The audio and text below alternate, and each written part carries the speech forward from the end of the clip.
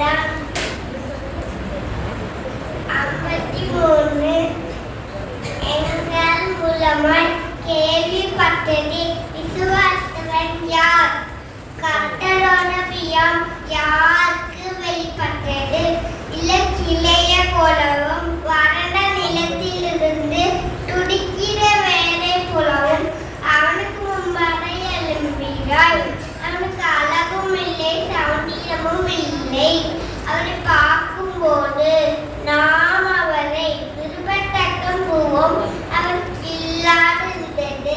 அவர் அசித்தப்பட்டவரும் மனுஷனால் பொருத்தப்பட்டவரும் துக்க நின்றவரும் பாட அழுத்தமாயிருந்தார்.